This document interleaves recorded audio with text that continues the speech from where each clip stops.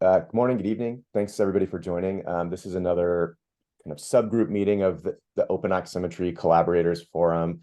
As many of you know, the Open Oximetry Project started about a year and a half ago, trying to work on some of the issues around increasing access to safe pulse oximetry, specifically trying to better understand why some devices don't work as well in patients with darker skin color, but also a number of other areas that hopefully can improve the quality and safety of devices that are found on the market. There are many collaborators that are involved in different aspects of this, and we've had a number of meetings over the past year and a half talking about different aspects of this work. Many of you on this call have projects in the pulse oximetry space, and we're very grateful that you're taking the time to join this. We're trying and hoping that by building bridges across different research teams and standardizing data collection, sharing data, that we'll be able to more quickly answer some of these questions in a timely manner.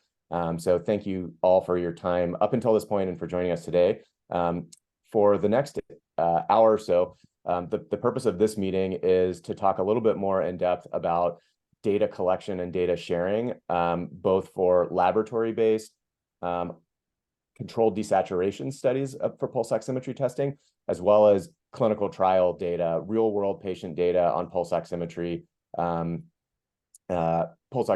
accuracy. Dr. Tyler Law and Nick Fong are going to be leading the discussion from the OpenOx side, but we really are hoping this will be a discussion. And so, feel free to raise your hand, put comments in the chat box. We are hoping today that the main objective is to share status updates on the open data repository that we've been working on for the last 6 months. Share kind of an update on how we will be launching that soon and how people can access that, but also to seek feedback on how we can make this most beneficial. Also, we know many of you have data sets, and we're trying to figure out how we can harmonize with you. So with that in mind, I'll go ahead and hand over to Tyler and Nick to take it from here. And for those of you who haven't met Tyler, Tyler's an anesthesiologist and intensivist here at UCSF. He's the Associate Director of Research for our Center for Health Equity in Surgery and Anesthesia, and oversees a lot of our data analytics, along with Nick, who's a medical student here at UCSF, was formerly a data analyst working with the anesthesia team and other teams here at UCSF. And the two of them have been working with several of the other data analysts on our team who are on this call, Danny, Tianyu, Fan, to get this data repository up and running. So with that, I'll hand it over to you guys. Thanks, Mike. I'll share my screen.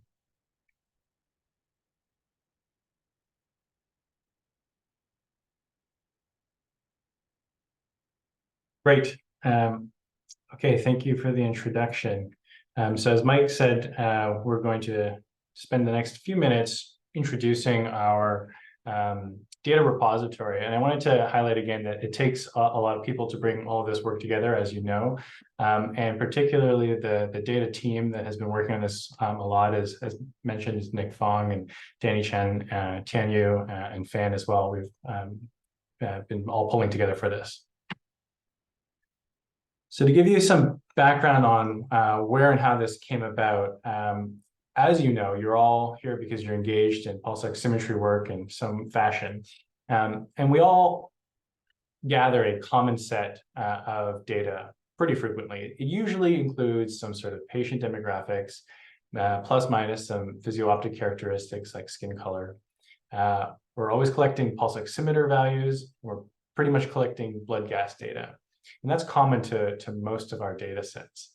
I would posit that this is pretty arduous work to do precisely and especially prospectively while limiting different confounders. I certainly know how much work it is for each patient in the hypoxia lab. And, it takes a large team to do. It's difficult for any given research group to collect enough data particularly in subgroups that may be of interest. And different groups tend to use different protocols for collecting their data. And so we thought there may be an opportunity here to think about how could we leverage all of our collective resources that we use to collect the data, and how could we share this data together to answer questions that may not otherwise be possible.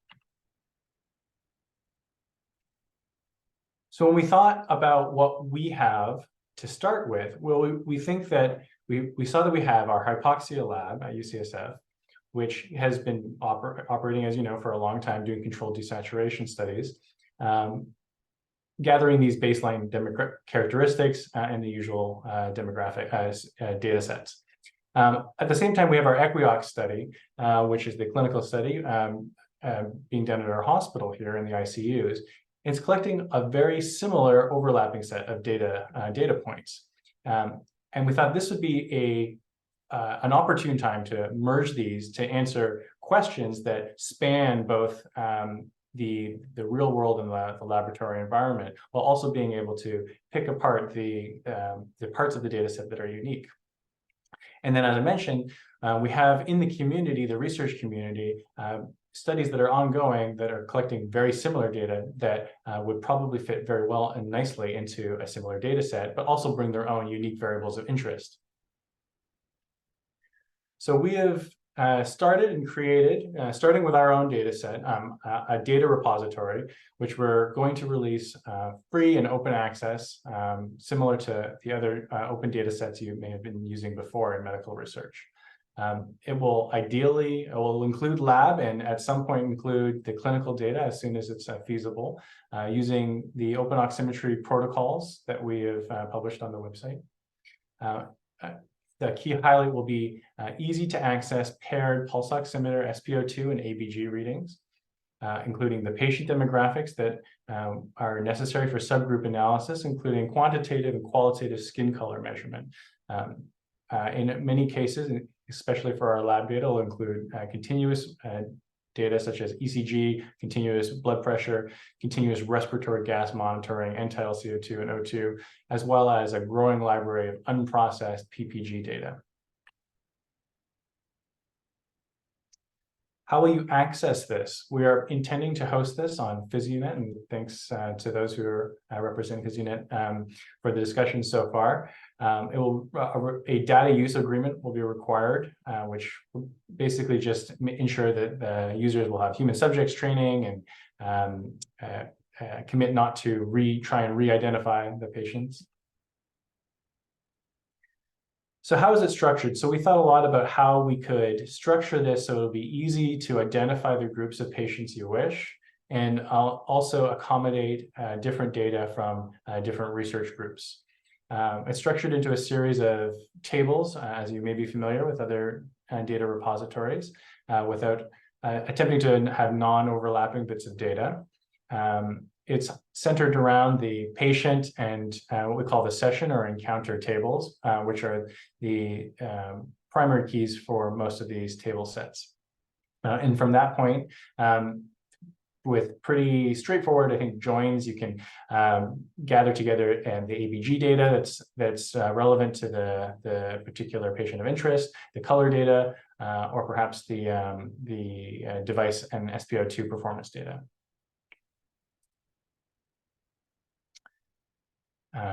Obviously, we will circulate a data dictionary, which is going to highlight or explain how everything is structured and the basic requirements for being included in the data set. And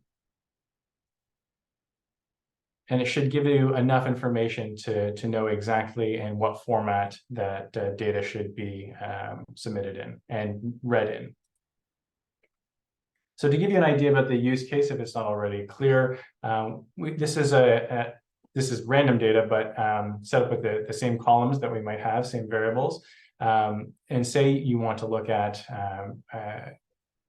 a bias according to skin color in the Munk dorsal area. So you have a number of patients, you have their Munk readings here, and a number of paired SpO2 and SaO2 values from which you can calculate a bias.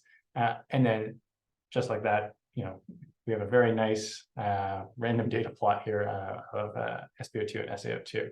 So just as an example, but it should be just about this easy to create this kind of analysis and data set. So other use cases. So I already talked about selecting subgroups by skin color, but we also have perfusion data for most of the measurements, the paired sample measurements, as well as ongoing continuous perfusion data for the lab devices. You'll be able to do longitudinal analyses, particularly in our laboratory patients, as many of them are repeat. So we'll be able to see things, how perfusion or skin color is stable across time. And we'll be able to have a raw PPG analysis for many of these as well, because as you know, all the pulse oximeters are using their own algorithms, and we'll be able to compare then what the raw PPG produces compared to the processed commercial result. We preserve anonymization by date shifting the encounter dates. We've done this in a way that the intra-participant chronology is preserved. So it might look like they're in 2231, but the number of days between encounters or samples is the same. And we've also preserved seasonality as well, because sun-exposed sites may be affected by seasonality. So it'll be within the season. And then, of course, the internal IDs are hashed as well to preserve, even though we're not including MRNs in the data set, the internal patient IDs that we use in our data set will be hashed as well. At present, for our initial release, we'll be releasing the laboratory data as our clinical study is ongoing. In the laboratory data, we have currently 117 unique patients, representing 191 controlled desaturation sessions. That's 27 pulse oximeters with data, 72 raw PPG recordings. So if you want to know how many paired SpO2, PaO2 measurements that is for every pulse oximeter, there are roughly 26 samples for each of the desaturation sessions. So up to 10 pulse oximeters per desaturation session. So there's thousands of paired samples there. This is an example of what our continuous waveform data will look like from the lab sessions. As you can see, you'll have the end-tidal CO2, the calculated saturation derived from the end-tidal oxygen, paired down with the end-tidal the commercial SpO2, in this case a Masimo device, and the patient's heart rate going up as they start to get desaturated. So as an example of what the continuous data will look like. Here's an example of raw PPG, and thank you to Tianyu for doing these analyses. It is raw in the left side, but in the right side, for our own analyses, you can see what it's looked like after we've applied some filtering. And our plan is to release all of that publicly, as well as how we go about processing our PPG data, should you wish to do it the same way. For contributors, our planned workflow, and this is somewhat up for discussion, is to have a collaborating institution first submit their data set to PhysioNet, so it exists on its own. This is so that it can be accessed and version controlled on their own without necessarily having to involve us. And then the collaborating institution can request a merge to us via, at this point, an electronic survey. We'll make sure that the database adheres to our data dictionary and review the data to make sure that is true. Then we'll pull the contributor data into our own and update our own on PhysioNet as well. Updates that we're planning very soon are, so first we'll circulate the data dictionary for feedback to this group. We're planning on always including more patients and devices and skin color and performance data. And so those numbers I gave you will probably increase by the time you've released it. Additional waveforms, including up to 250 hertz. We're trying to standardize our continuous waveforms, multi-wavelength raw PPG. And we're planning on having the submission completed within 1 to 2 weeks. So some discussion questions, and I see a question in the chat, which I'll address in a second. Who among you is interested in using, and are you interested in the lab versus clinical data? What barriers do you foresee? What else could we add that you think we may have missed just from what we've discussed so far? And interestingly, what questions are you interested to ask that that you might not have been able to ask so far? And we'll stop there. So before I totally open things up, I saw a question about the raw PPG from which pulse oximeters. The raw PPG is coming from a device built by Mark Bernstein using commercially available components, which is purpose-built to collect and store raw PPG data in parallel to the commercial pulse oximeters.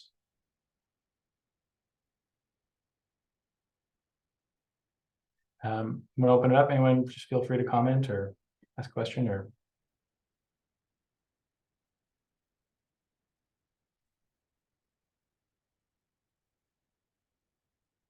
I see a question about, do we have a standard for recording ABG signal strength quality?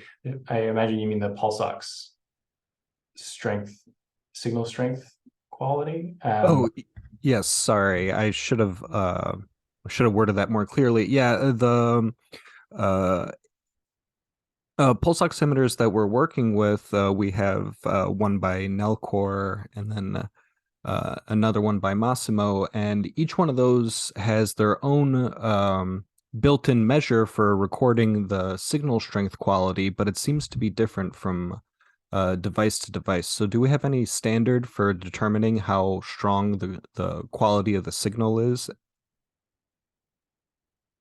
Yeah, so, and this is something that's open for discussion as we get more devices. At present, we have continuous data for those two devices in our own lab, and those are being stored as they're reported, so in their own units, as it were.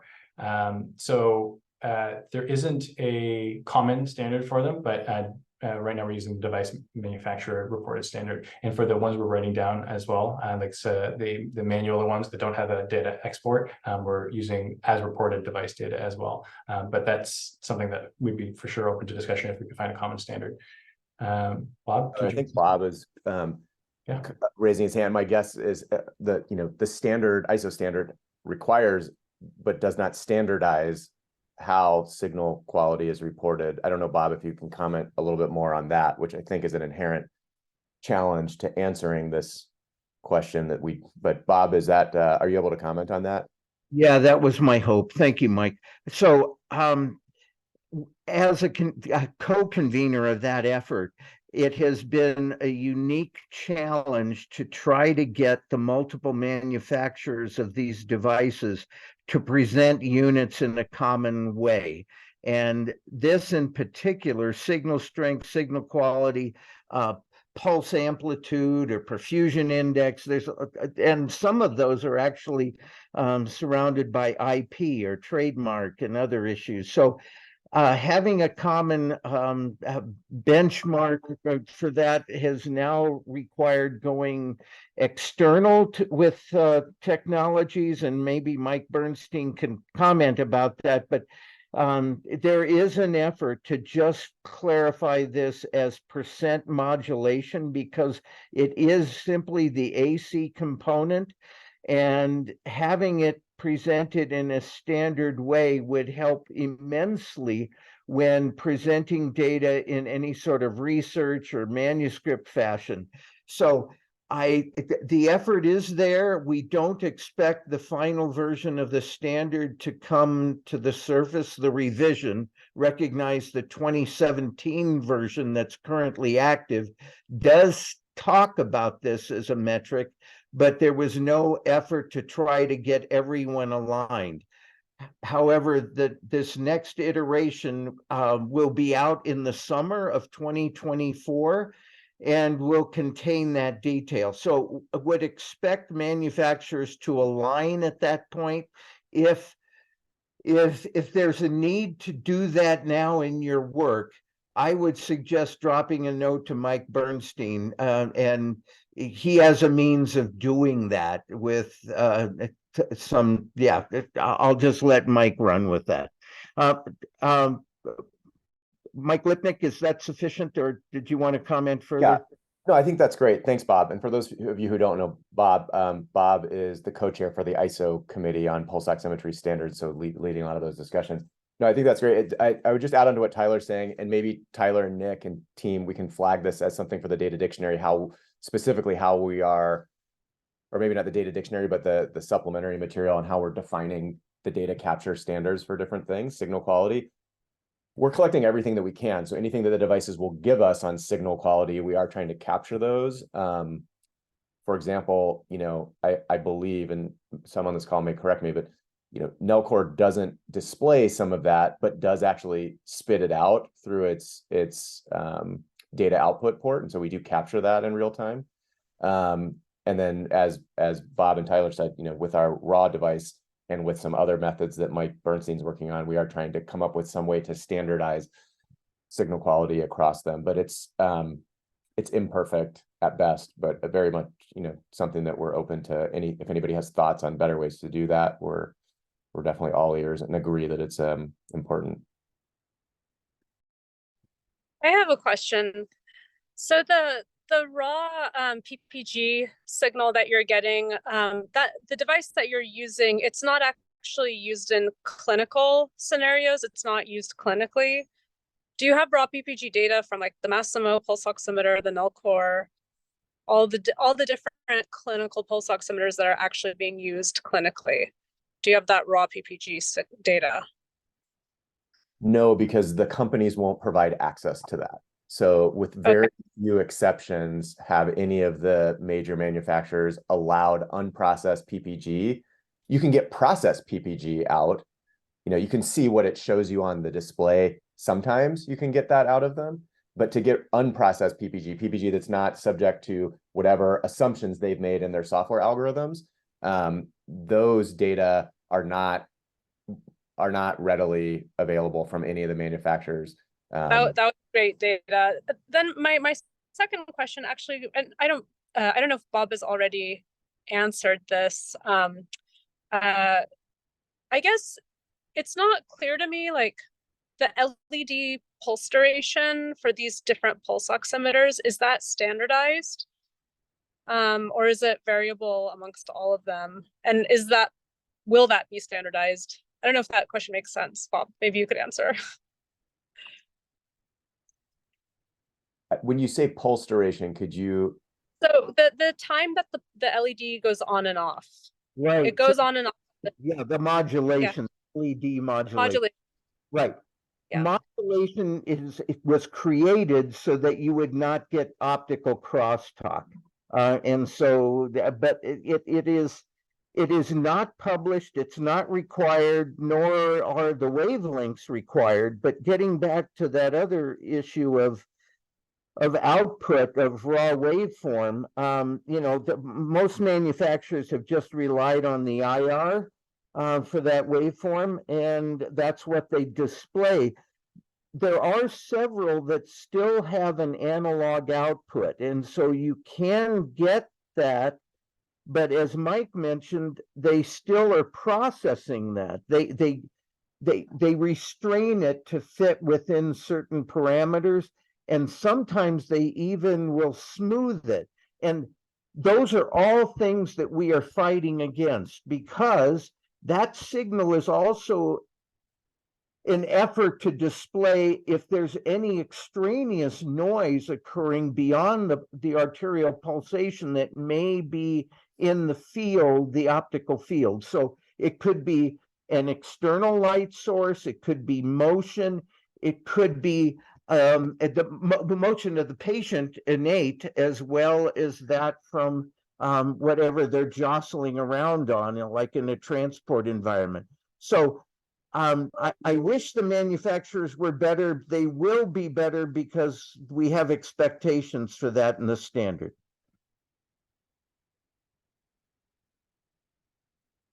One thing that I heard there was LED changes, and normally what's adjusted is the brightness, not the duration of the on time.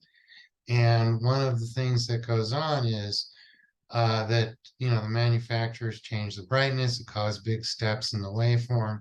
You don't know everything that's going on. So the raw pleth uses a fixed LED, so there's no question of what else is going on in the background.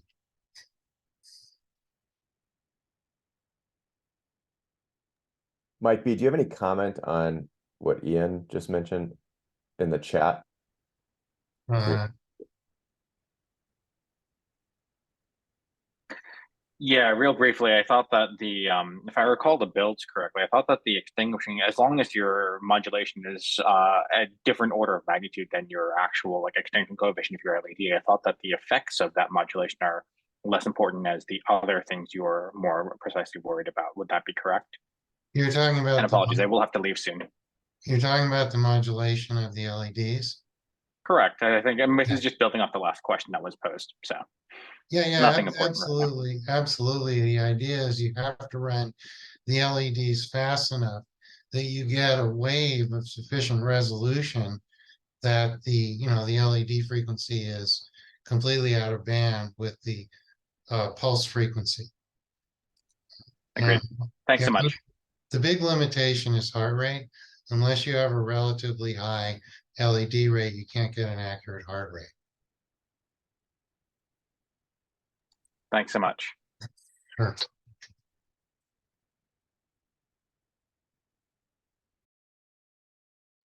I'm curious to know if, of the people on this call, you know, based on what's been presented, I think Tyler, you said you were going to share like the data dictionary for open comment. It'll come as a Google Doc to folks. Obviously, it'd be great to get feedback, but I'm just curious, initial reactions of those on this call, especially those that are collecting data. What are desirable features of a repository like this? Like what would be helpful to advance the projects that you are working on?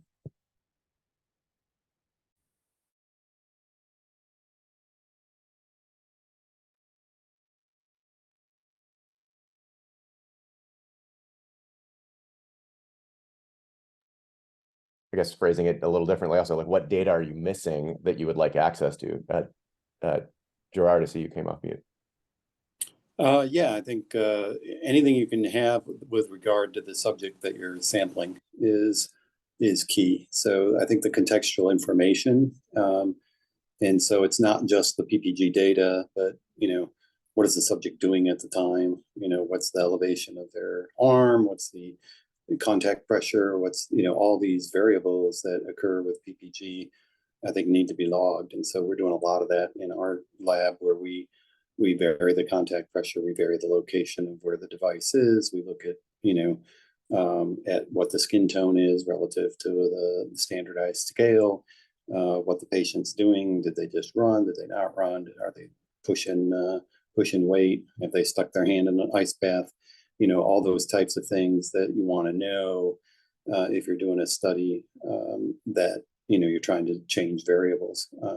So really it depends on your application, but I think any repository would have to have that information there as to, you know, because presumably you're not just collecting this data and just to collect it. Because I mean, you know, we can get plenty of normal people, 18 to 23-year-old in my institution that are that strap these things on and can do various things. But I think having that contextual information is going to be key. Otherwise, I have no idea, right? If the heart rate's 140 and they're sitting on their couch, then that's probably not good. If the heart rate's 140 and they're on a treadmill, then that's probably fine, right? And so, and then you can see, okay, well, if they're on the treadmill, you can see that's why it's so noisy, and if they're sitting on their couch, that's why it's so clean, right? So any contextual information that can be provided with each file in terms of the demographics without breaking any HIPAA laws or something, that would be useful as far as I could tell, or at least for my operation.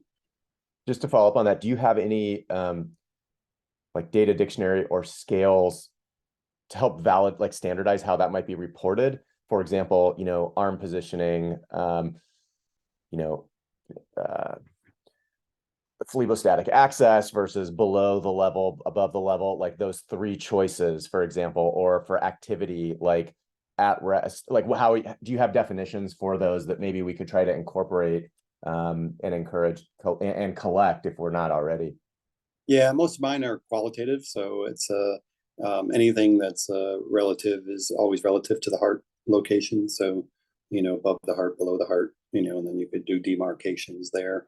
And then in terms of yes, at rest, and then the type of physical activity that you're doing, so I see a lot of papers out there that said, they were exercising. Well, that doesn't help, right? Were they on a bike or were they on pushing a weight? Because pushing a weight will elevate your heart rate, but it'll also change your pressure. Whereas sitting on a bike won't change your pressure, but it will elevate your heart rate, right? So just the type of exercise that they're doing, that type of information. So it's, it's, I guess, semi-quantitative or, qualitative, if you want to think of it that way, but just in general, what are the things that the patient's doing? And again, what's the study about, right? And so people are using these PPGs now for a lot of different things, even as far as predicting infection and monitoring whether or not you're going hypoglycemic in a patient with diabetes. So, there's a lot of different use cases out there in the literature for these devices, other than your normal heart rate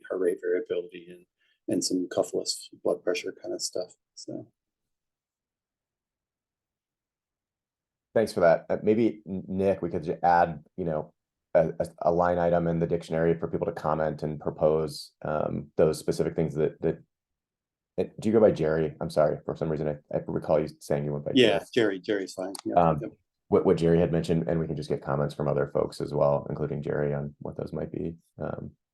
We are collecting a number of contextual factors as we both, we could always collect more, and those suggestions are great, but things like finger diameter is warming, like whether active warming is applied or not. Some things like that have finger location, obviously, for all of them. And then in the clinical side of things, there's a whole lot of clinical comorbidities and status that are also being collected. But yeah, more is better. Steve, I see your hand. Yep.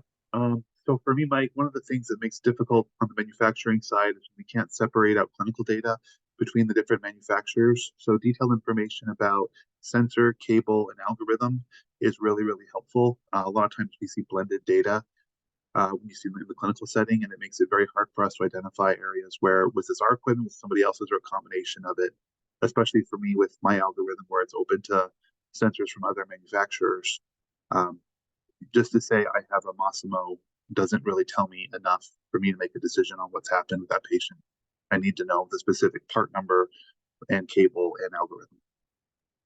Thanks, Steve. Are you able to share with us some guidance on, kind of almost like lay user instructions on where to find these things? What are the relevant, especially for the probes, but obviously yours may be specific to your device and company, but anything you could share on that we could include in there on where to find the information would be great, and we can try and incorporate that into the dictionary. Yeah, unfortunately, I think it does vary between manufacturers. Obviously, the packaging on the sensors is your best bet. I know for my product specifically, the reusables, I print the part number on the part itself. You just know where to look. And then the algorithms on the Philips monitors are almost always printed on the measurement device itself. So that's the place to go. But yeah, I can't help but, at least for my products, I can show where the part numbers can be found. Sounds good. Thanks for that.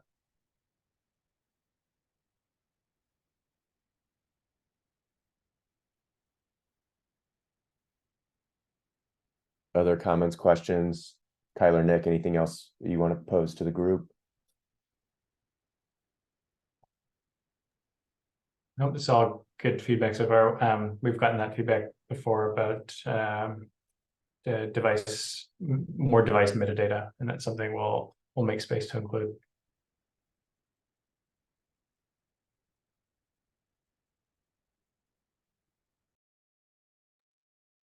Anybody on, I know a few people just had to drop off, and Dan, I think we had talked about this a little bit, but I'm wondering if you or anybody else has comments on potential barriers you see in being able to, collaborate on a data set like this.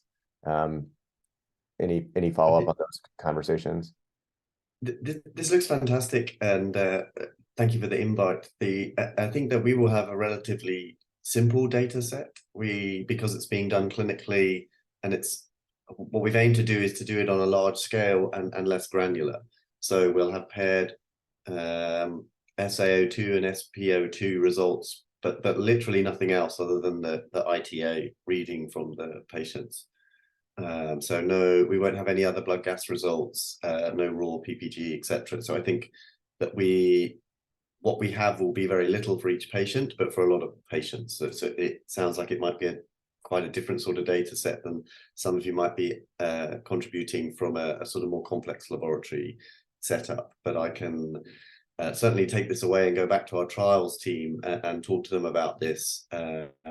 We aim to, the study has been extended, so we should finish recruitment by early spring. And once it's analyzed, the funders are actually very keen for open data repositories like this. So I think that they're once we've used the data to publish the primary results, there should be no problem with sharing the data once it's complete. That sounds great. And, just as a follow-up, everybody has different funders and different projects, and we don't want to try and assume any, credit for anybody's work. And so very happy to, name who is contributing and include that information on the OpenOx site. We want to be really clear of giving credit to everybody who is doing all this work. But yeah, thanks, Dan. We'll be in touch, and would be great to meet with your data team when the timing's right, and we can figure out how to facilitate getting the data formatted in a way that it could enter. Perfect. Won't be long now. All right, I better dash, but thank you very much, everyone. Thanks, Dan. Appreciate it. I was going to say one thing before you leave, if you haven't left yet, but the SVO2, if you can get that, I know that requires a blood stick or whatever. I don't know what your study is, but the venous oxygenation is also something that would be very nice to have, because the SpO2, SaO2 is something you can get, but the V is something that people haven't worked on. And I think the PPG has a capability there with the quasi-DC signal to kind of pull that out if you do it right. But you have to have the gold standard for that. So yeah, if that's something that can be integrated in, that would be fantastic. Not currently, but what we'll end up with at the end of the study is 24 spectrophotometers with nothing to do with them. So I think that what we'll be able to do is then follow on with we'll be able to work with you to see like what's missing here, and go back to our ICU patients, just because they're the easiest patients for us to access and use this equipment to gather more data, and that would be a great addition. So I think we can't add it to what we're doing currently, but we'll be able to continue this work, on this side of the Atlantic, with ideas from the group to add to it. All right, thank you. Yeah. Thanks, Jerry, for the comment.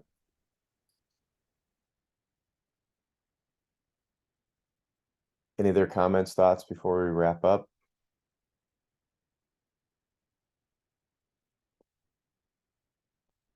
All right. Well, appreciate everybody's time. Big thanks to Tyler, Nick, Danny, Tianyu, Fan on the team for pushing this forward. And we will be in touch with the data dictionary and follow up to this for comments. It'll be in a Google Doc format. Tyler, Nick, anything else for people to keep an eye out for in terms of like dates, communications, anything else? No, the data dictionary should circulate to this group in the next by the end of the week or so. Sounds good. All right. Well, thanks everybody for your time. We'll be in touch, and we'll be having another meeting coming up just in follow up as we finalize everything. So stay tuned for that as well. Have a good rest of your day or evening. Thank you.